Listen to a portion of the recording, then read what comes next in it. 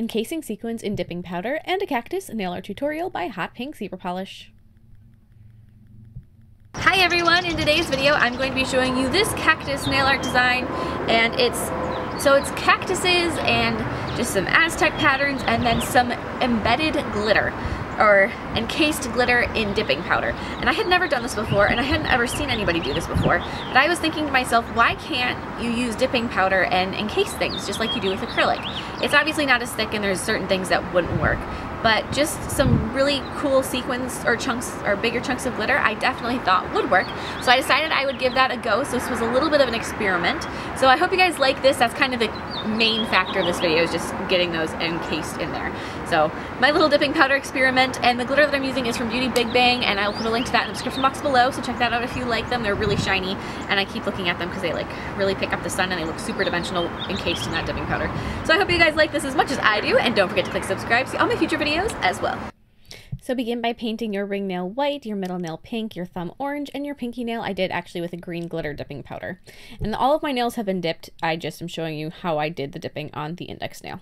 So I dipped them and then I painted them. So here's the glitter. Like I said, they're from BeautyBigBang, and there is a link to them in the description box below.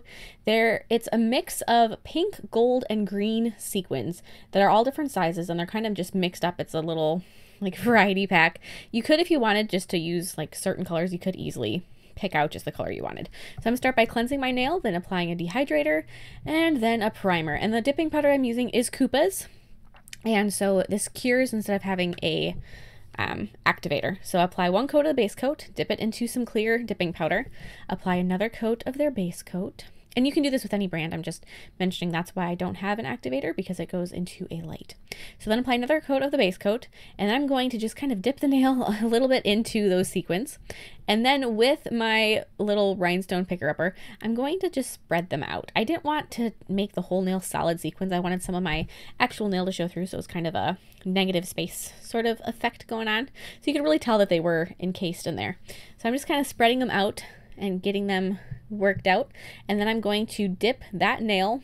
I thought there was a couple too many, so I took a few off of there, but so then you're going to dip that nail before you apply any more base coat, just the nail after the sequins are on there, into the dipping powder, because there's still some of the background that has the base coat on that needs to get dipped again. So then apply another coat of the base coat over the top of all the sequins, make sure you completely cover them, dip it again, and then either apply your activator, or in my case, stick that into your lamp to cure.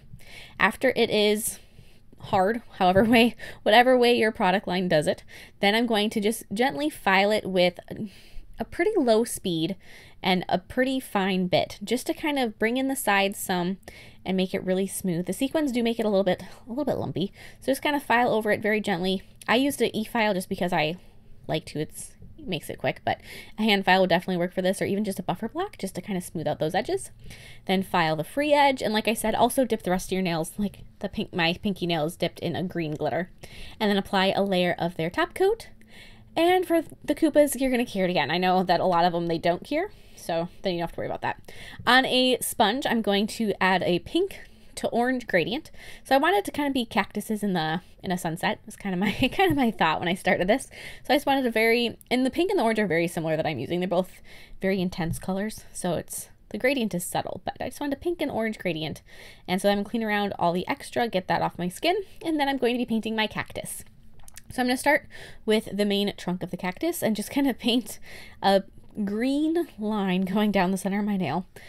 And I'm just doing this, and I'm kind of working quickly and trying to work while that green paint is still wet. I'm going to be blending in some white in 3 stripes to add 3 highlights in 3 segments of the cactus. And the green paint I was using was a little bit old, so it dried really quickly, and it was a little bit thicker than I normally like to use. So I had to apply some more to get it, when I was working on the edges there, to get it so that it would blend in properly.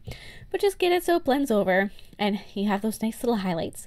And then add 2 arms, or however many you like. You know, you can kind of play around with your cactus. I wanted to keep it simple. While the arm is still wet, blend in some of the white. You could also use a brighter shade of green if you like instead of the white, but I kind of liked the creamy look of the white instead of a different shade of green. But like a really neon green would also work just as well. So then add the other arm, and don't make your arm symmetrical from side to side. Make one a little bit taller, or a little smaller, a little higher up, a little lower. Just, kind of switch them up so they're not, you know, exactly the same from side to side. Make it a little bit interesting. So I'm going to those segments and the main part of the cactus that I have that I did with the white, I'm just going to kind of define them with a little bit more of the green, the darker green. And then also with that darker green, add a little dashed line kind of going right around the very perimeter of the cactus for the little needles or spines that are on the outside of it. And then to add the spines that are in the middle, I'm going to be doing that with white. So just basically white little dots is all that's needed, just kind of over the top of the rest of the cactus, just like that. So then on my middle and my thumb, I'm going to be starting out with green paint. I'm going to just do a very simple Aztec pattern.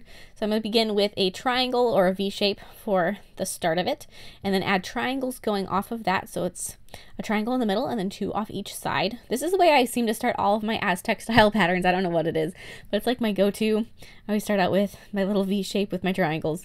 I like it. It's a simple way to do things, and I enjoy the way it looks.